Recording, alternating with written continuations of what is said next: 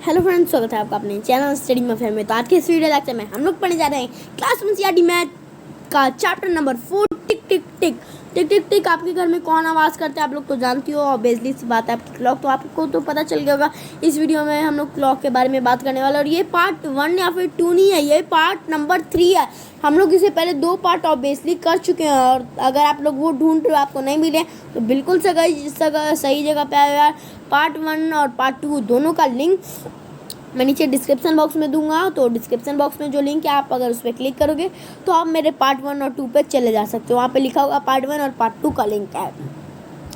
तो याद होगा, अगर पार्ट 1 पार्ट 2 देखा होगा तो पार्ट 1 में 1 से 6 पेज तक किया था, और पार्ट 2 में 7 से 12 पेज तक। तो अभी हमको 13 से 17 पेज तक करना है, और इस चैप्टर को द एंड मारना है यार, क्योंकि काफ़ी ज़्यादा लंबा होते जा रहा है, खिंचाते जा रहा है। तो आज में एक एंड मार देंगे, उसके बाद इसकी एक वर्कशीट की वीडियो आएगी जिसमें ये चैप्टर प्रॉपर्ली एंड हो जाएगा, और फिर चैप्टर नंबर 5 हम लोग स्टार्ट करेंगे जिसका नाम है the way the world looks.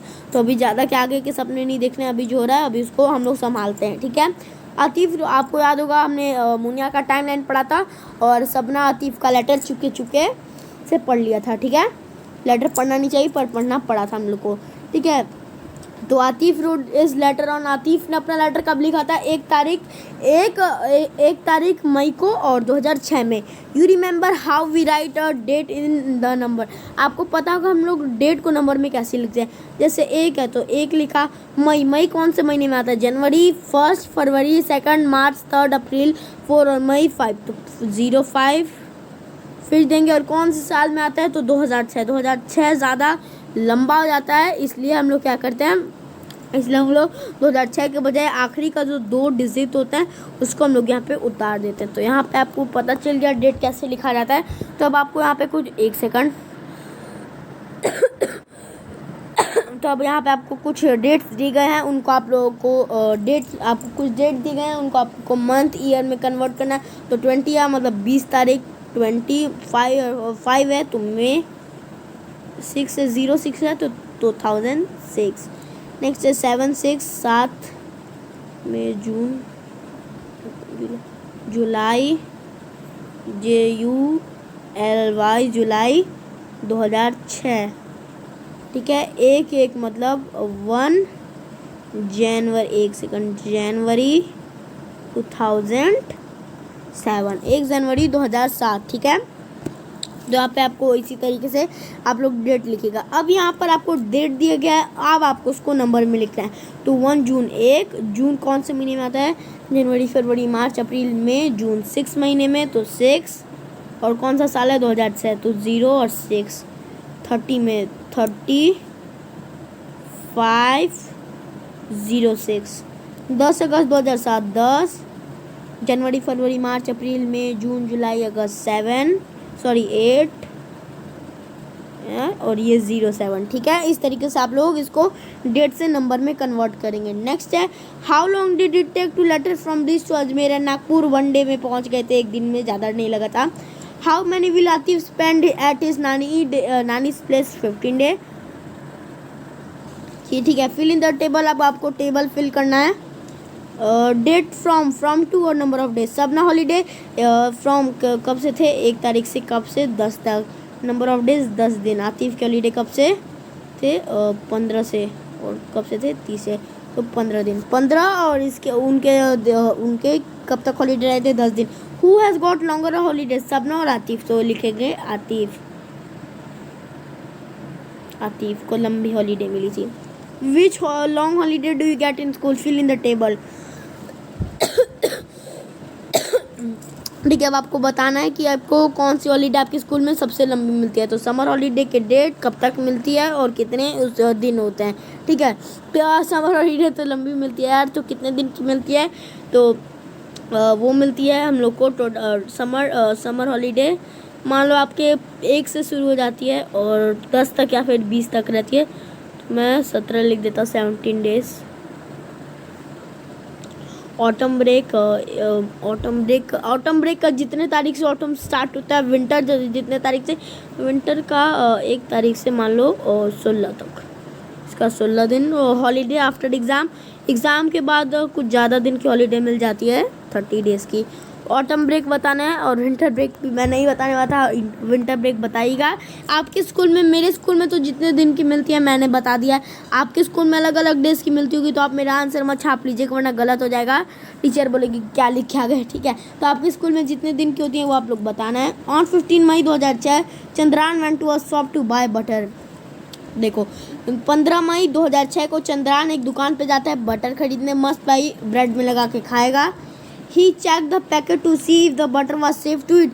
वो चेक करता है कि क्या बटर सेफ है खाने के लिए। तो ये सेफ का मतलब क्या है, मतलब एक्सपायरी डेट तो नहीं आ गई है। It was written on the packet, packet में लिखा था best before 180 day for the day of packing.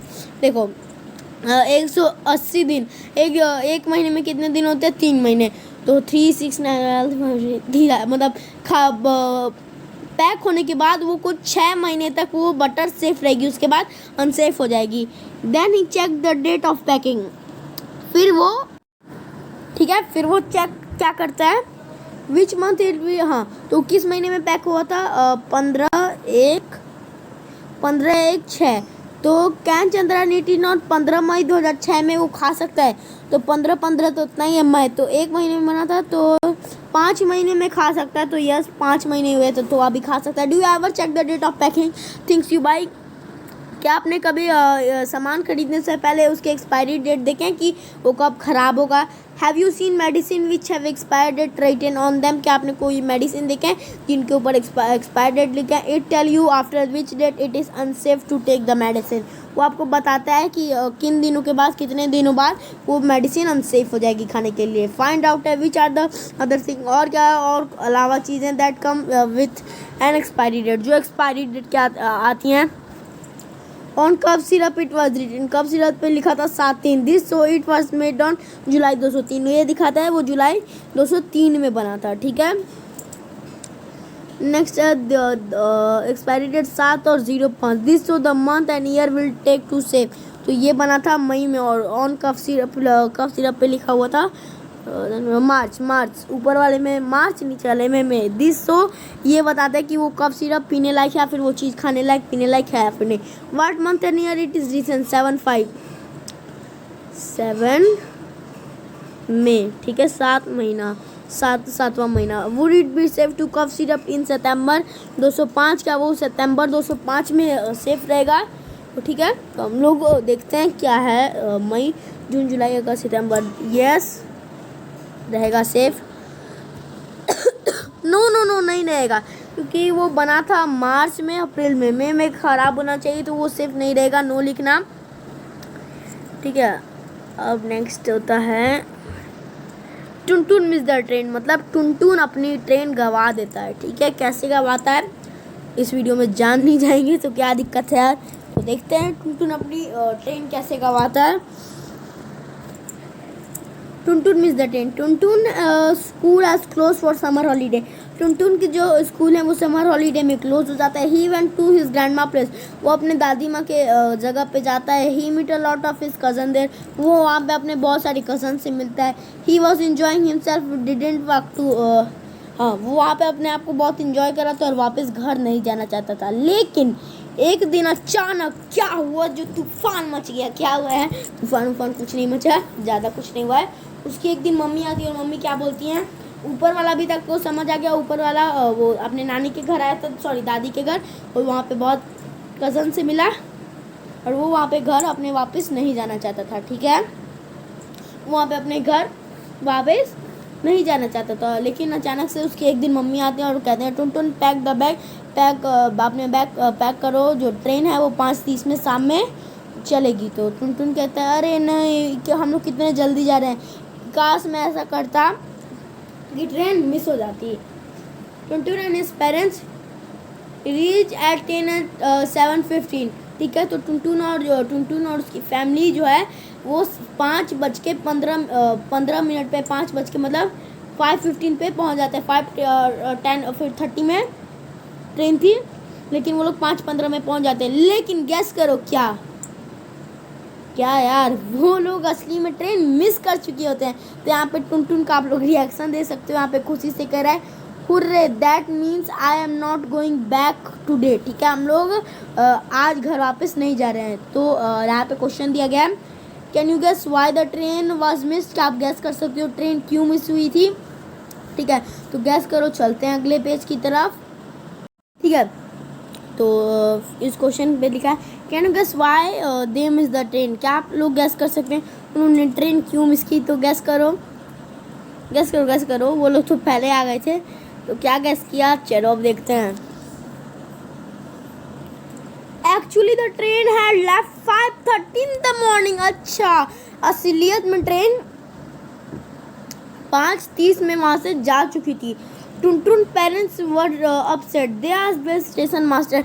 Tuntun के पेरेंट्स उदास हो गए और वो स्टेशन मास्टर से कहते हैं आवर टिकट से 5:30।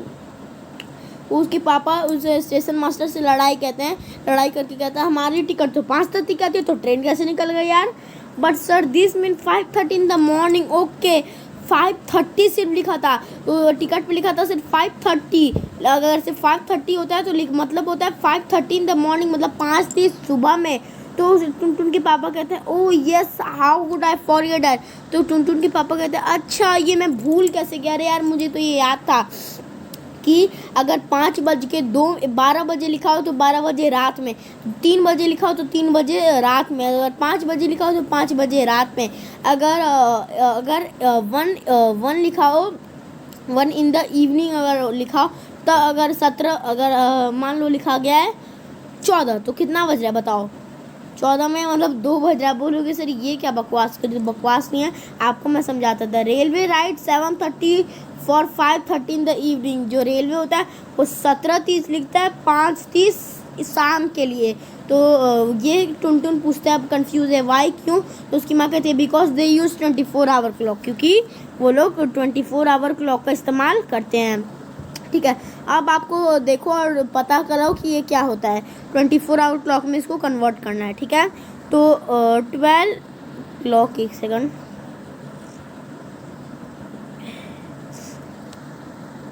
चीटिंग मत करना। 1 in the clock in the afternoon, 1 clock तो 13 ये होता है। 2 क्लॉक इन द आफ्टरनून तो ये होता है 14। 3 o'clock इन द आफ्टरनून 3 बजे 15। 3:30 in the afternoon 15:30। 6 o'clock in the evening 6 बजे, एक सेकंड, हाँ 6 बजे शाम को, तो लिखोगे 18 18:00 18, और फिर लिखोगे 9 on the clock in the evening. ठीक है, 18 19 20 21 21। ठीक है, 12 एट द मिड नाइट, तो होगा 0 नेट 12 है, इसलिए हम लोग लिखेंगे 0 ठीक है। अब नेक्स्ट यहाँ पे क्वेश्चन दिया गया है, देखो एक सेकंड यार। Now can you tell why 24 o'clock is cold. So क्या अब आपको समझ आया। अभी पहले कंफ्यूज बोल रहे थे कि क्या सर ये क्या बोल रहे हो, लेकिन अब आपको समझ आ गया होगा कि इसको 24 आवर क्लॉक क्यों कहा जाता है। Suppose a train leave at 8:30 at night, तो 8:30 में आपको सपोज करना है एक ट्रेन 8:30 मतलब रात में 8:30 बजे निकलेगी। The time written on the railway ticket would be, तो आपको बताना है रेलवे टिकट पर टाइम कितना होता है। तो अगर 6 बजे शाम में हो जाए तो वो होता है 18, तो 2 घंटे प्लस करेंगे 18 19 20 20 30 मतलब होता है 8:30 शाम में। ठीक है, नेक्स्ट है इन 12 o'clock each time come two is twice in a day. एक सेकंड, 12 आवर क्लॉक में 12 आवर क्लॉक में एक चीज़ रात 2 बार आते हैं, एक बार रात में एक बजता है, एक बार दिन में एक बजता है ना। इसलिए 5:30 मॉर्निंग में 5:30 सुबह में 5:30 AM लिखा जाता है, और 5:30 इवनिंग में भी 5:30 AM PM ही होता है। इसलिए what about 11:30 in the afternoon. तो अगर 12:30, तो एक बच्ची पूछती है 12:30 अगर आफ्टरनून में होगा तब क्या होगा। तो उसकी मम्मी कहती है 12:30 PM after 12 o'clock at use we हाँ टिल मिड नाइट। हम लोग 12 o'clock 12 हाँ, तो हम लोग मिड नाइट के बाद क्या यूज़ करते हैं PM टिल मिड नाइट, रात में। ठीक है, नेक्स्ट अब दिया गया है you must have note the time of sunrise and sunset. आपने सनराइज और सनसेट का टाइम तो देखा होगा, राइट। यू PM और PM, एक सेकंड, यूजिंग AM और PM दो होते हैं, AM एक होता है और एक PM होता है। देखो टाइम ऑफ सनराइज, जब सनराइज होता है तो AM और PM, ठीक है। जब सन उगता है तो सन उगता है तो 5 बजे, तो 12 से सुबह 12 बजे के बीच तो AM होता है, और फिर 12 बजे से के बीच सनसेट 5 बजे, तो 5 बजे के करीब कुछ क्या होता है, हमारा PM होता है, ठीक है। नेक्स्ट है where have you seen 24 hour clock been use. आप 24 आवर क्लॉक कहाँ कहाँ यूज होते हैं देखिए, बैंक, रेलवे स्टेशन, ये तो एग्जाम्पल ही मैं, और एयरपोर्ट, इन जगहों पे 24 आवर क्लॉक का टाइमिंग यूज़ किया जाता है, ठीक है। क्योंकि दो जगह होते हैं, तो बैंक, रेलवे स्टेशन, और ये क्या होता है, हवाई अड्डा, जिसको हम लोग एयरपोर्ट भी कहते हैं। ये सब ज़्यादा इंपॉर्टेंट जगह होती है, यहाँ पे टाइम का बहुत मोल होता है, इसलिए इनमें 24 आवर क्लॉक का यूज़ किया जाता है, वरना सब कंफ्यूज हो जाएंगे, भाई ये क्या होता है, भाई वो क्या होता है, ठीक है। तो यहाँ पे बात यहाँ तक क्लियर हो गई। तो यहाँ पर ये पूरा चैप्टर कंप्लीट होता है। अब यहाँ पे ये पार्ट नंबर 3 भी कंप्लीट होता है। पार्ट 1 पहले कर लिया, पार्ट 2 भी पहले कर दिया है, नहीं देखा तो जाओ, कोई दिक्कत की बात नहीं है, लिंक नीचे डिस्क्रिप्शन बॉक्स में जाके देख लो। यहाँ पे पार्ट 3 खत्म करते हैं, इसके बाद वर्कशीट की वीडियो आएगी जो कि काफ़ी ज़्यादा इंटरेस्टिंग होने वाली है, ठीक है।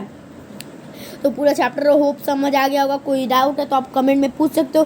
तो चलो गाइस, आज की इस वाली वीडियो में वीडियो अच्छी लगी, वीडियो लाइक, चैनल को सब्सक्राइब करना मत भूलना। हम लोग मिलेंगे किसी और एक और नए दमदार एपिसोड के साथ, तब तक मिलेंगे अगली वीडियो में, तब तक के लिए गुड बाय।